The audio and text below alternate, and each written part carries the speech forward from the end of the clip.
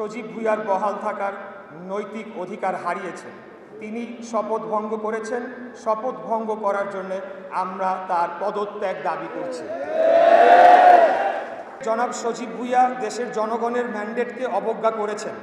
গতকাল 16 জুন স্থানীয় সরকার উপদেষ্টা জনাব আসিফ মাহমুদ সজীব ভুঁইয়া বলেছেন, শপথ গ্রহণের বিষয়টি বিচারাধীন থাকা অবস্থায় গ্যাজেটের মেয়াদ শেষ হওয়ায় শপথ পড়ানো যায়নি।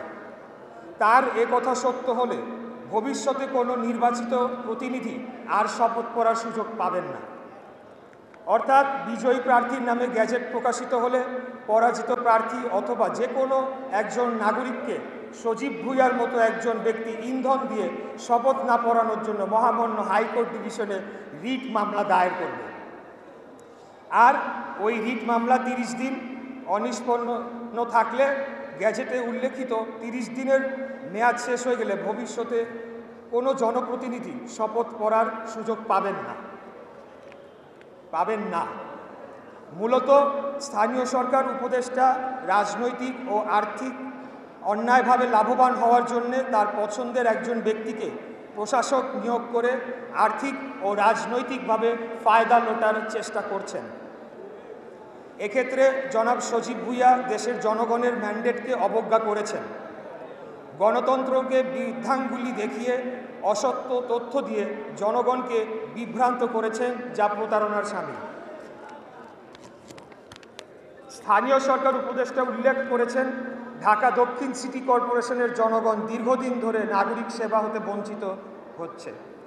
আমার দৃঢ় বিশ্বাস, বয়স এবং অভিজ্ঞতা কম হওয়ার কারণে তিনি জানেন না সিটি কর্পোরেশনের কোন দপ্তরে কী ধরনের সেবামূলক কাজ হয়ে থাকে। জরুরি সেবার মধ্যে জন্ম মৃত্যু সনদ, নাগরিক সনদ ও ওয়ারিশি সনদের কাজ করে থাকেন ওয়ার্ড সচিবগণ।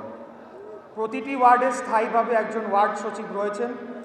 1 থেকে 6 বছরের শিশুদের টিকা খাওয়ানোর কাজটি ইপিআই করে থাকে। প্রতিটি ওয়ার্ডে তাদের ঔষধ এবং অফিস রয়েছে। মশক নিধনের জন্য প্রতিটি ওয়ার্ডে কার্যালয়ে স্প্রে মেশিন এবং ফগার মেশিন রয়েছে। ভান্ডার বিভাগ থেকে তারা ইনসেকটিসাইড এবং লার্ভিসাইড নিয়ে তারা স্প্রে এবং ফগিং করছে, এটি চলমান রয়েছে। ডেঙ্গু চিকুনগুনিয়ার জন্য বর্তমানে নাগরিক সচেতনতা বৃদ্ধির জন্য প্রতিটি ওয়ার্ডে কমিটি গঠন করে দেওয়া হয়েছে। সিটি কর্পোরেশনের জরুরি কাজে ব্যাঘাত ঘটে থাকলে 12 ঘন্টার মধ্যে শহরের কোরবানির বর্জ্য অপসারণ করা সম্ভব হতো না। অবশেষে আমি বলতে চাই, উপদেষ্টা জনাব আসিফ মাহমুদ বয়সে খুবই তরুণ। সামনে তাকে অনেক পথ পাড়ি দিতে হবে। কাজেই জনগণের প্রতি শ্রদ্ধাশীল আচরণ, আদালতের রায়ের প্রতি সম্মান প্রদর্শন তার নিকট হতে কাম্য। অসত্য তথ্য দিয়ে জনগণকে বিভ্রান্ত করা তার কাজ নয়। কারণ এত অত্যাচার নির্যাতন সহ্য করে যে সকল জনগণ তাদের নির্দিষ্ট লক্ষ্য হতে বিচ্যুতি হননি, তাদেরকে তিনি বিভ্রান্ত করতে পারবেন না। অসত্য এবং বিভ্রান্তিমূলক তথ্য গণমাধ্যমে উপস্থাপনের জন্য স্থানীয় সরকার উপদেষ্টা পদে জনাব সজীব ভুঁইয়ার বহাল থাকার নৈতিক অধিকার হারিয়েছেন। তিনি শপথ ভঙ্গ করেছেন। শপথ ভঙ্গ করার জন্য আমরা তার পদত্যাগ দাবি করছি।